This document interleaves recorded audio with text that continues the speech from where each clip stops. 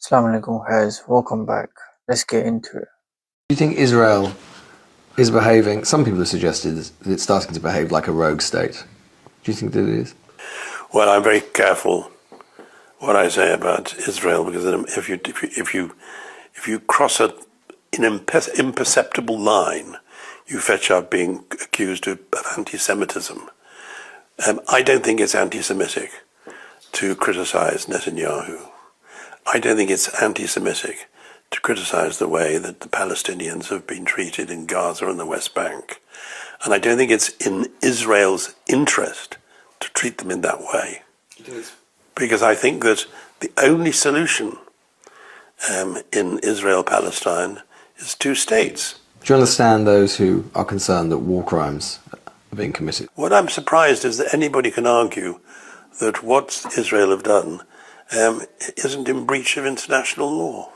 I mean, what is international law? If it doesn't include considerations like starving people into submission. Is Israel endangering its own security and indeed our security? Yes, I do. I think it's endangering acting? its own in the medium and long term, and so do some of my Israeli friends. Is Netanyahu dangerous? A dangerous man? I think if we were to follow him in the logic of what he's trying to do is to produce a one-state Israel. Well, Israel can be one state, but you can't have the Palestinians in it as well unless you treat them as second-class citizens. It was a point put probably 20 years ago by Jimmy Carter. Do the Palestinians in Israel have all the same rights as Israelis, as people who are Jewish? So I feel passionately against anti-Semitism. What I do think is that it is not sensible of Israel, if it wants long-term peace, to act in a way which will produce future generations. So I'll pause it there and let you know that even everybody knows that if you speak out, you're branded as anti-Semitism, you know what I mean? You're anti-Semitic, that's what it would be. So there's no freedom of speech anymore.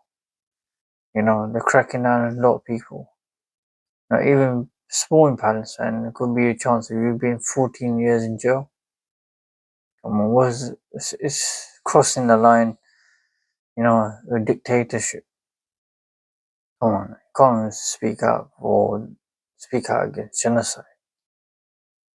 Of people who hate Israel. The fact that every single day Israeli forces are committing massacres akin to the worst atrocities that I learned about in history books. From the crime of the century, the Iraq War. I mean, everything that happens every day. Just look at the last 2 weeks. Tanks shelling into crowds of civilians, starving people, coming to just get morsels of food. And tanks are shelling them, murdering dozens of people at once. I just cannot fathom. I cannot fathom the fact that we have let it get this far and that this kind of death and atrocities are normalized every single day. I can't fathom the fact that starvation is a necessary weapon of war to the so-called civilized world. This is barbaric and savage, and I can't stand behind it. And I am shocked and disgusted at the rest of the world, the leaders that are just sitting there with just only rhetoric and no actions. Israel should be completely isolated for its horrific acts against Using food as a weapon. So I want you to think about that. Use food as a weapon. Come on. How low can you go? Come on, the evidence is there, clear. You know what I mean? Even when they give flour, they have crushed some drug in there. You know what I mean? I don't know what to even say. All the proof is out there. Just like, it's down to you if you want to speak out against it or not. Against humanity, and instead they're coddled and protected. Why did Israel use drones, tanks and artillery to kill 51 people queuing for food? When we win the Iran war, this is where we're going to have a huge opportunity to have a proper ceasefire in Gaza, because this is the patron of Hamas and all the proxy system they built for years around Israel. I'm and asking we you never target civilians. why you are killing civilians. We are not. Well, you not. are. No, we are. We're not. It's the fourth such attack. We're the not biggest firing. one. We're not firing on civilians. We're making sure. I'm sorry, all the evidence is you are. The scenes in the hospital, Andrew. dismembered corpses, Andrew. bits of children being brought into a hospital after queuing for food. Andrew, again, Israel never targets children, civilians whatsoever. What is happening, that Hamas is the one who's firing on people and preventing it to get food because he's losing control on the aid system. That is not what people there are saying. That's not what the rescuers are saying. The scenes inside the hospital at Khan Yunis are absolutely horrific. And these were people queuing for food at a food distribution point. I can't understand. I want you to think that, Hamas has got nothing to do with aid distribution. Let's just say Hamas is a terrorist. Who's controlling the food distribution? I'll let you answer that. And why they were attacked with drones and over the past 20 months, that economy has shifted toward an economy of genocide. After October 7, Israel had to,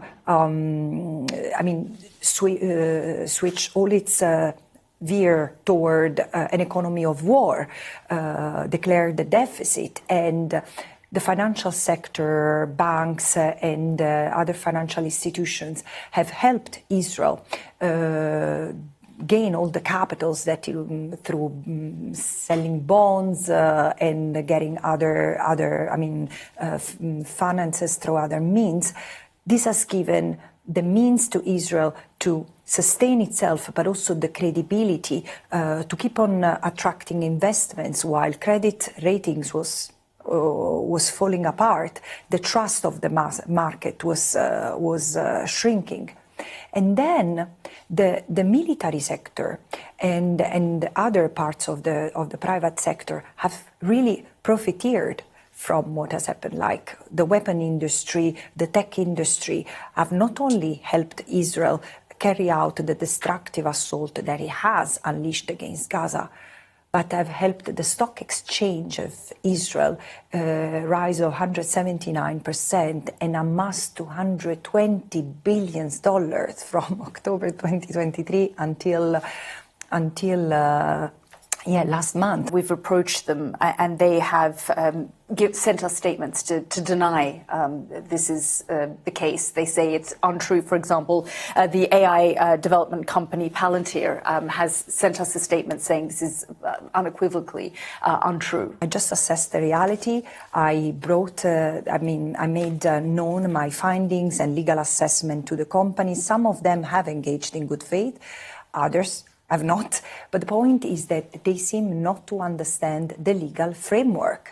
Companies cannot engage in acts that are prohibited to states. The International Court of Justice and international criminal courts have proceedings against Israel for genocide work. So the companies can be held responsible for being directly linked to or contributing or causing human rights impacts. Here we are not talking of human rights violations. Here we are talking of crimes, plausibly genocide, an assault that has pulverized Gaza. What I'm about to say, after they're prescribed, could get me put in prison for 14 years. What they have done, I think, brave and honourable, when our government is supporting the genocide of another people, when the overwhelming majority of British people want to see an arms embargo on Israel, to take matters into their own hands to try to stop terrible crimes being committed is honourable and decent. And exactly that argument was made in court in 2003 by one Keir Starmer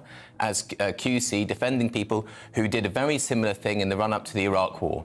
When our government is doing things which are a gross breach of law and they're a breach of morality, it is the duty of citizens to do something about it. That's what these people in Palestine Action have done, and it's a disgrace that they're being prescribed. Who is funding them?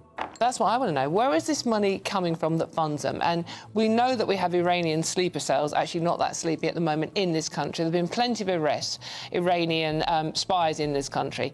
They make me very nervous. Who is behind them? This is nonsense innuendo. Some innuendo that it's been supported by Iran. You don't know that they're not.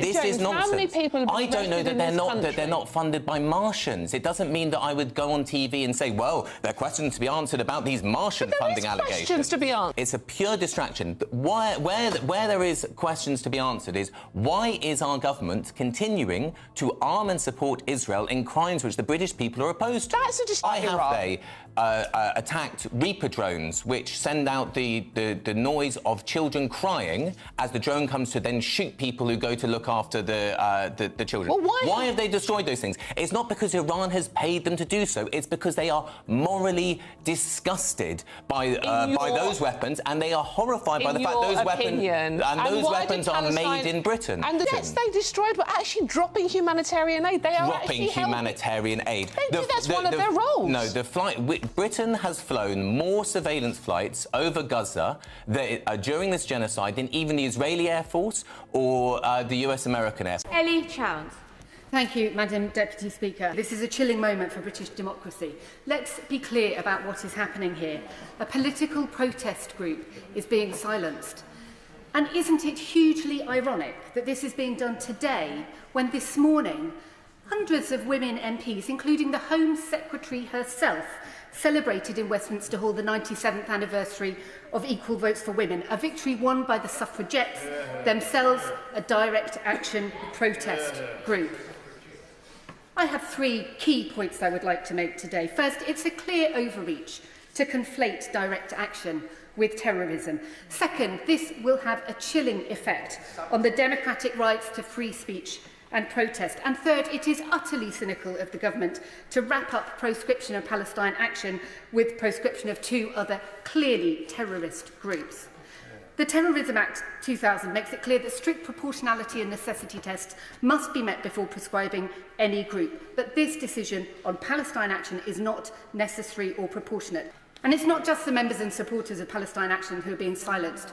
By association, this proscription represents a grave risk to the free speech and protest rights of millions of members of the public who are rightly concerned that a genocide is happening in Gaza on this government's watch. Millions of people in this country are active, whether online or in their communities, in campaigning to end the UK's complicity in that genocide. And there's a clear risk that proscribing Palestine action could criminalise people, for example, for sharing a social media post with potential imprisonment of up to 14 years. This interferes with the fundamental rights of members of the public to protest the government's policies and is clearly disproportionate when compared with the actions of the group.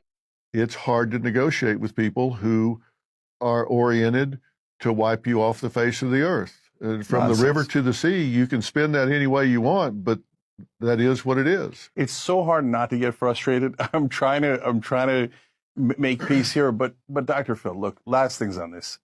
Number one, Netanyahu has said from the river to the sea.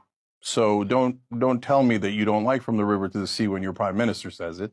Number two, he's actually doing river to the sea, and they're going to take Gaza, and they're going to try to take the West Bank. Number three, they've now killed 60 times the number of civilians. So how could killing 60 times the number of civilians be more morally correct than killing one time? It just doesn't make any sense.